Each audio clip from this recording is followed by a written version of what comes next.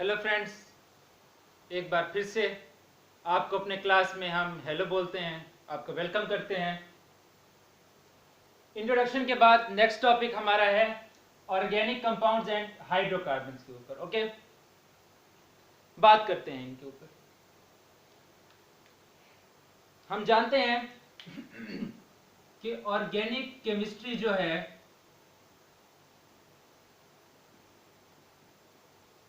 वो क्या है,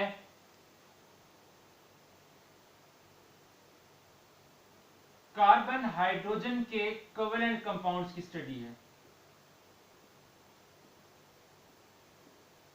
ठीक है, covalent compounds of carbon hydrogen. Okay, यानी कार्बन और हाइड्रोजन के दरमियान इलेक्ट्रॉन की म्यूचुअल शेयरिंग हो, इलेक्ट्रॉन्स की म्यूचुअल शेयरिंग हो कार्बन और हाइड्रोजन के दरमियान। तो उन कंपाउंड्स को हम ऑर्गेनिक केमिस्ट्री के अंदर स्टडी करते हैं, ना कि सिर्फ उन कंपाउंड्स को जिनमें कार्बन हाइड्रोजन हो, बल्कि उनको भी ऑर्गेनिक केमिस्ट्री में स्टडी करते हैं जो इनसे डिराइव किए जाएं। ओके, जो इनसे डिराइव किए जाएं। जैसे मैंने बताया कि पिछले लेक्चर में मैंने यूरिया साइकिल का जिक्र किया था कि यूरिया में कोई कार्बन हाइड्रोजन सिंगल बॉन्ड नहीं है, फिर भी उसको हम ऑर्गेनिक कंपाउंड्स में स्टडी करते हैं। क्यों करते हैं मैंने बताया था पिछले लेक्चर में। ओके, देख सकते हो, organic chemistry study of covalent compounds of carbon and hydrogen and their derivatives. अच्छा, ये मैं तुम्हें बता दूं कि वाइवा के अंदर ना, जब प्रैक्टिकल होंगे तुम्हारे 10th क्लास में, तो वाइवा के अंदर ना अक्सर जो बैठा होता है ना सुप्रीडेंट, वो क्या करता है, ऑर्गेनिक केमिस्ट्री की डेफिनेशन अक्सर पूछ लेता है बच्चों से कि डिफाइन ऑर्गेनिक केमिस्ट्री। मुझसे ही पूछी थी, ज्यादातर बच्चों से वही पूछ रहा था। तो इतना बता देना कि study of covalent compounds of carbon and hydrogen and their derivatives, ये थोड़ा इनसफिशिएंट रहेगा। थोड़ा अच्छा इंप्रेशन प्रैक्टिकल में हमें 30 नंबर पूरे लेने हैं, साथ स्कोप भी बताओगे उसे तुम। ठीक है, स्कोप 9th में पढ़ा है तुमने, उसे बताओगे कि ऑर्गेनिक कंपाउंड्स जो है नेचुरली भी अकर करते हैं। ठीक है, अकर नेचुरली, कुदरती तौर पर भी पाए जाते हैं। ठीक है, आल्सो सिंथेसाइज्ड इन लेबोरेटरीज। ये पॉइंट्स नोट कर लेना, हमारी बुक में नहीं लिखे, 9th क्लास की बुक में थे ये। उम्मीद है तुम भूल चुके होगे, 100% मुझे यकीन है भूल चुके होगे, बता रहा हूँ इसीलिए। उसे बताना है तुमने कि ऑर्गेनिक कंपाउंड्स नेचुरली भी अकर करते हैं, लेबोरेटरी में भी इनको सिंथेसाइज करते हैं। ओके, और जो ऑर्गेनिक केमिस्ट्री को स्टडी करते हैं उनको हम बोलते हैं कि ऑर्गेनिक केमिस्ट्स हैं। ये क्या है, ऑर्गेनिक केमिस्ट्स हैं। और ऑर्गेनिक केमिस्ट्स इन नेचुरली कंपाउंड्स को भी स्टडी करते हैं, सिंथेसाइज कंपाउंड्स को भी स्टडी करते हैं।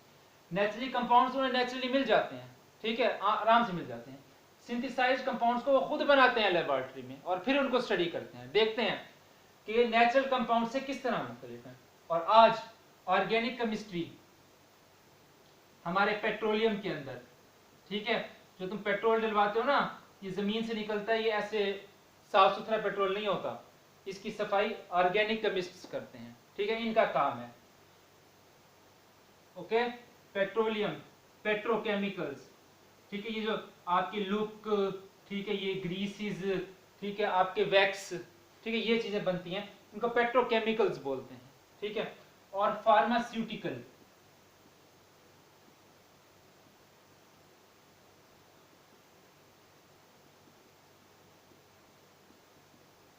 मेडिसिन इंडस्ट्रीज जो हैं उनके अंदर भी ऑर्गेनिक केमिस्ट्स काम करते हैं। जैसे एस्प्रिन का आपने नाम सुना होगा, बहुत मशहूर एक मेडिसिन है। ठीक है, ऑर्गेनिक कंपाउंड है एस्प्रिन। ओके, तो ये सब उसे बताना है, अगर वाइवा में पूछे कि भाई ऑर्गेनिक केमिस्ट्री क्या है, कार्बन और हाइड्रोजन के कोवेलेंट कंपाउंड्स की स्टडी है और साथ ही साथ डेरिवेटिव्स की भी स्टडी है। ऑर्गेनिक कंपाउंड नेचुरली भी अकर करते हैं, लेबोरेटरी के अंदर भी बनाए जाते हैं। ऑर्गेनिक केमिस्ट दोनों काम करते हैं, इनको भी स्टडी करते हैं, इनको भी स्टडी करते हैं। और आज ऑर्गेनिक केमिस्ट्री अपना जादू दिखा रही है पेट्रोलियम में, पेट्रोकेमिकल्स में और फार्मास्यूटिकल इंडस्ट्रीज में। ठीक है, चाहे पेपर में हो या चाहे वाइवा वाले को देना हो, सुन के या पढ़ के क्या उठे, वाह क्या बच्चा है। ठीक है, ऐसा सिचुएशन होना चाहिए। ऑर्गेनिक कंपाउंड्स तो मैंने बता दिया, कार्बन हाइड्रोजन के कंपाउंड्स और उनके डेरिवेटिव्स। हाइड्रोकार्बन्स क्या होते हैं, हाइड्रोकार्बन्स और ऑर्गेनिक कंपाउंड्स में डिफरेंस है।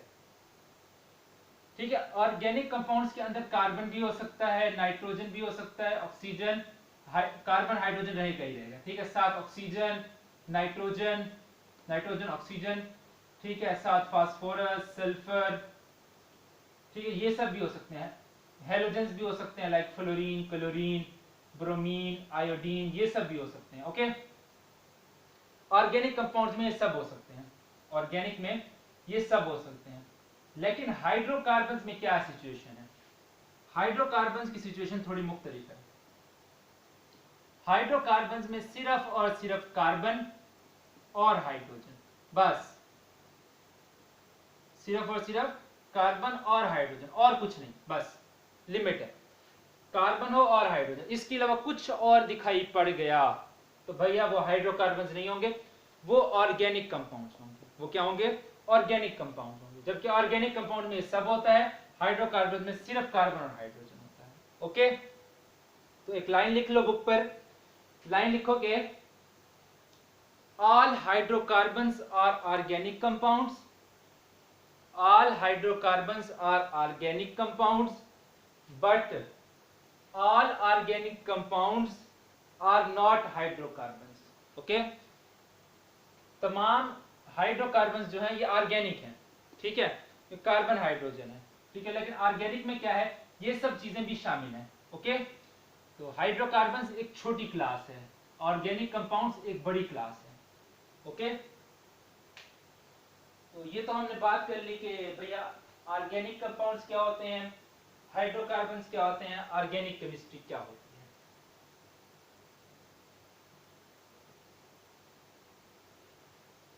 कुछ कंपाउंड्स हैं जिनके अंदर आपको देखने में ऐसा लगेगा कि इनके अंदर कार्बन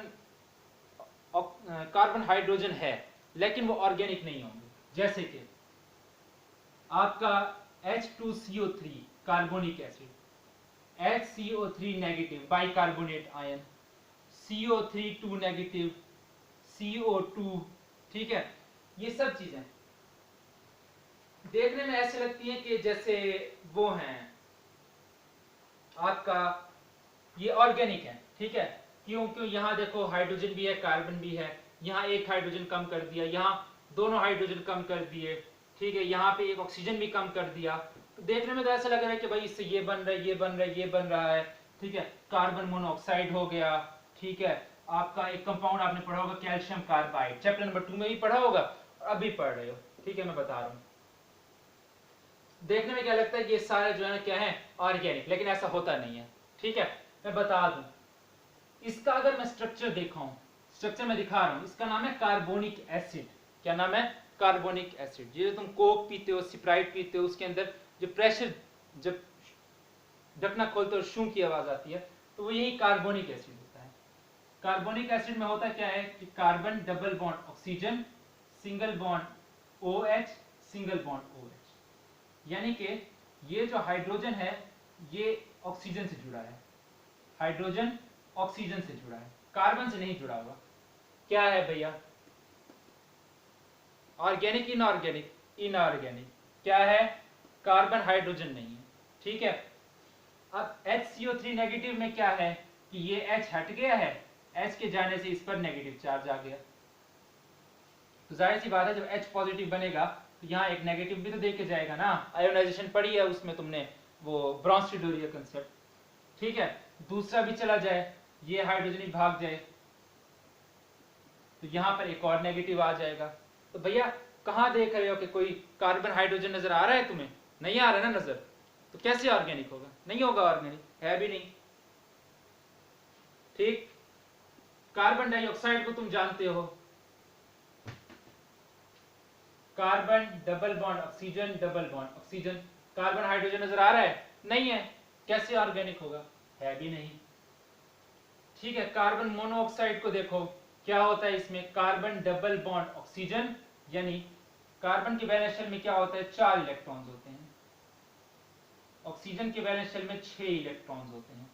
ओके, 6 इलेक्ट्रॉन्स, 1 2 3 4 5 6, कार्बन के वैलेंस शेल में 4 इलेक्ट्रॉन्स, 2 बॉन्ड बना लिए। ऑक्सीजन मैक्सिमम कितने बना सकते हैं? 2 बॉन्ड।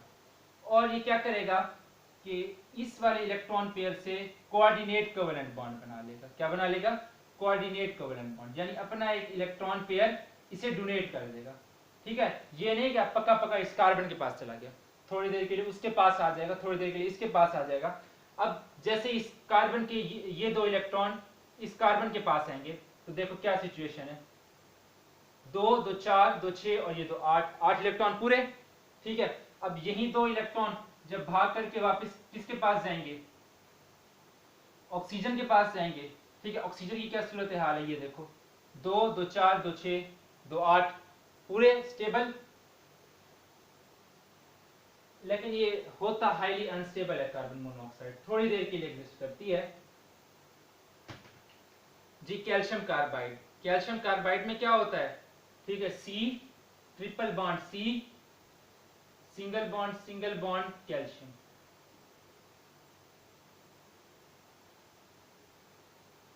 ऐसी सिचुएशन होती है। ओके, यहां पर एक नेगेटिव होता है, यहां पर एक नेगेटिव होता है। कहीं कार्बन हाइड्रोजन नजर आ रहा है? आंसर है नहीं। ऑर्गेनिक कैसे होगा? नहीं है भाई। ओके जी, ये आपका टॉपिक हो गया खत्म। एक साइड ब्लॉक में डिस्कस कर रहा हूं, नेप्थलीन। नेप्थलीन का फार्मूला होता है ऐसे,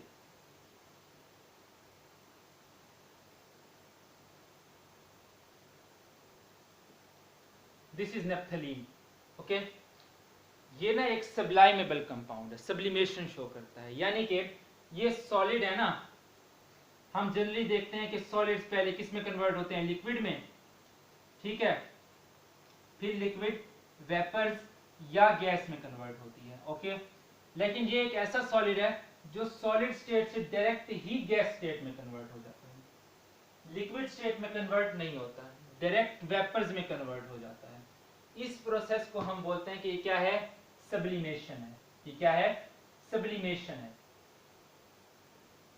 हीट करने पर ये लिक्विड में कन्वर्ट नहीं होता, डायरेक्ट गैस फॉर्म में चला जाता है। ओके, और कूल करने पर, ठंडा करने पर, वेपर्स को ठंडा करें तो वो पहले लिक्विड स्टेट में आते हैं, लेकिन ये लिक्विड स्टेट में नहीं आता, वेपर्स से डायरेक्ट सॉलिड स्टेट में चला जाता है, लिक्विड स्टेट में ये आना पसंद नहीं करता। इस प्रोसेस को हम बोलते हैं, ये क्या है? सब्लिमेशन, जिसमें लिक्विड स्टेट को बाईपास कर लिया है, ओवरपास कर लिया है, उसको स्किप करके आगे बढ़ गया है। ओके, इस प्रोसेस को हम बोलते हैं कि यह है सब्लिमेशन। ठीक है, आंसर क्वेश्चन ये हो सकता है कि सब्लिमेशन होता क्यों है? सब्लिमेशन होता क्यों है? बताते हैं भैया। प्रैक्टिकल्स में वो पूछता भी है कि सब्लिमेशन क्यों होता है। This is solid. ओके,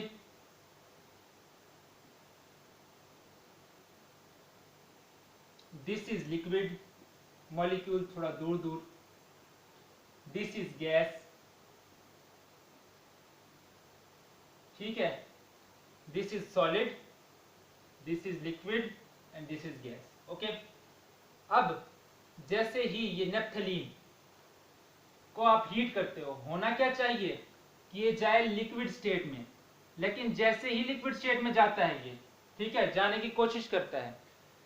देखो यहाँ इंटरमॉलिक्यूलर फोर्सेस हैं ज्यादा, यहाँ इंटरमॉलिक्यूलर फोर्सेस हैं कम, क्योंकि ये सॉलिड है, सॉलिड में इंटरमॉलिक्यूलर फोर्सेस ज्यादा होती हैं और मॉलिक्यूल्स करीब करीब होते हैं। लेकिन लिक्विड में क्या होता है? इंटरमॉलिक्यूलर फोर्सेस कम और मॉलिक्यूल दूर दूर। जैसे ही ये लिक्विड स्टेट में जाता है, इसके लिक्विड स्टेट में जाते ही लिक्विड स्टेट इसका वेलकम नहीं करती, लिक्विड स्टेट इसका वेलकम नहीं करती। होना तो क्या चाहिए कि सॉलिड स्टेट से लिक्विड स्टेट में जाते ही थोड़ी सी इंटरमॉलिक्यूलर फोर्सेस कम हो, कि हम जानते हैं कि सॉलिड और लिक्विड में कंपेरेबल इंटरमॉलिक्यूलर फोर्सेस होती हैं, चैप्टर 5 9th क्लास का। होना तो ये चाहिए कि इनमें और इनमें कंपेरेबल इंटरमॉलिक्यूलर फोर्सेस हो, लेकिन होता क्या है? इंटरमॉलिक्यूलर फोर्सेस हम चाहते हैं कि थोड़ी कम हो, थोड़ी कम नहीं होती, बहुत ज्यादा कम हो जाती हैं। ठीक है, जिसकी वजह से क्या बन गया? गैस बन गया। कंपेरेबल कम होती तो हम कहते हैं कि भाई लिक्विड है। जब कंपेरेबल कम नहीं हुई, बहुत ज्यादा कम हो गई, तो हमने क्या कहा कि भैया क्या बन गया? वेपर्स या गैस के। और इस फिनोमिना को हमने नाम दिया क्या? सब्लिमेशन। जब इसको ठंडा करते हो, ठंडा करने पर इसे लिक्विड में आना चाहिए। ठीक है, होता क्या है? लिक्विड में आने की कोशिश करता है, लेकिन जैसे ही लिक्विड में आने के लिए ये मॉलिक्यूल्स करीब करीब आते हैं, ठीक है, करीब आते हैं तो बहुत ही ज्यादा करीब आ जाते हैं, जिसकी वजह से लिक्विड स्टेट में नहीं जाता, डायरेक्ट सॉलिड स्टेट में आ जाता है। और इस प्रोसेस को हम बोलते हैं कि क्या है, सब्लिमेशन, ठीक है। इसी प्रॉपर्टी की वजह से सब्लिमेशन की कि डायरेक्ट ये आपके वेपर्स में कन्वर्ट हो जाती है, लिक्विड में कन्वर्ट नहीं होती। इसी वजह से हम इसको मॉथ बॉल्स में इस्तेमाल करते हैं। यानी आप जनरली देखो कि बाथरूम में या कपड़ों में आप देखो कि वो बॉल्स रख दी जाती हैं छोटी छोटी, वो नेप्थलीन की बॉल्स होती हैं, ठीक। और नेप्थलीन की बॉल्स होती हैं वो, उससे क्या होता है कि कपड़ों में रखने से वो लिक्विड में कन्वर्ट नहीं होती, सब्लाइमेबल हैं, जरासीम को किल करने के लिए ही होती हैं, ठीक है, एंटी जर्म्स हैं, जर्म्स को मारती हैं, ठीक है, लिक्विड में कन्वर्ट नहीं होती। फायदा यही है कि आपका कपड़े गंदे नहीं होते, अलमारियों में आप रख देते हो कपड़े को, कोई दाग धब्बा नहीं लगता, वो डायरेक्ट वेपर्स में कन्वर्ट हो जाते हैं और वही वेपर्स जर्म्स को किल करने का सबब बनते हैं।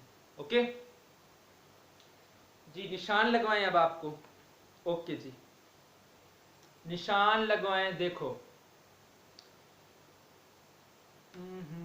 हाँ, एक बात और रह गई थी कि आज बहुत सारे ऑर्गेनिक कंपाउंड्स हैं, तकरीबन 10 मिलियन ऑर्गेनिक कंपाउंड्स हैं, नए ऑर्गेनिक कंपाउंड हज़ारों की तादाद में नए बन रहे हैं।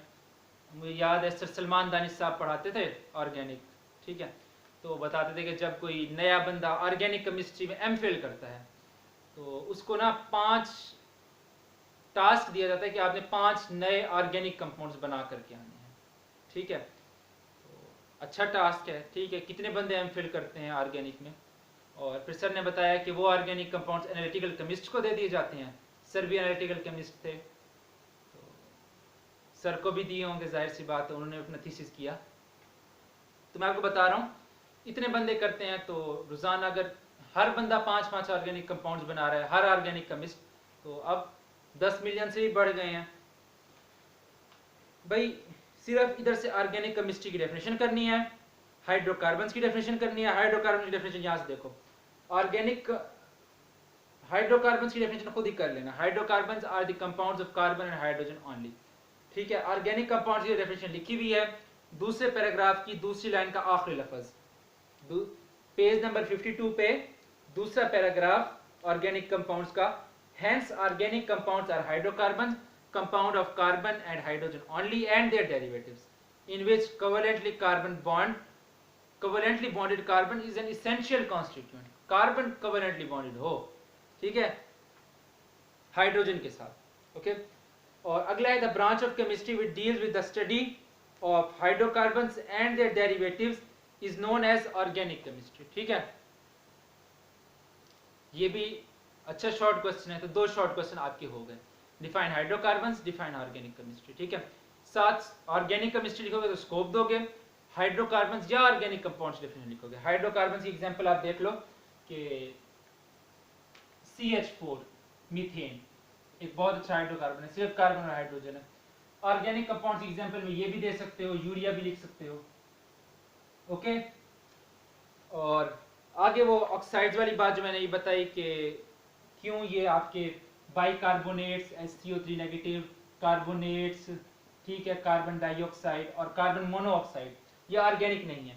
ये जनरली नो चॉइस के बच्चों के लिए कभी कभार दिमाग में अगर किसी के दर्द हो जाए तो वो ऐसे सवाल पूछ लेता है। इधर उसने लिखा हुआ है कि they are not treated as organic compounds because their properties are different from organic compound. तो जाहिर सी बात है भाई, जब कार्बन हाइड्रोजन बॉन्ड ही नहीं होगा तो कैसी ऑर्गेनिक की प्रॉपर्टीज आएंगी, नहीं आ सकती ना, ठीक है। प्रॉपर्टीज कौन दे रहा है, कार्बन हाइड्रोजन बॉन्ड दे रहा है ना, जब वो होगा ही नहीं प्रॉपर्टीज कैसे आएंगी।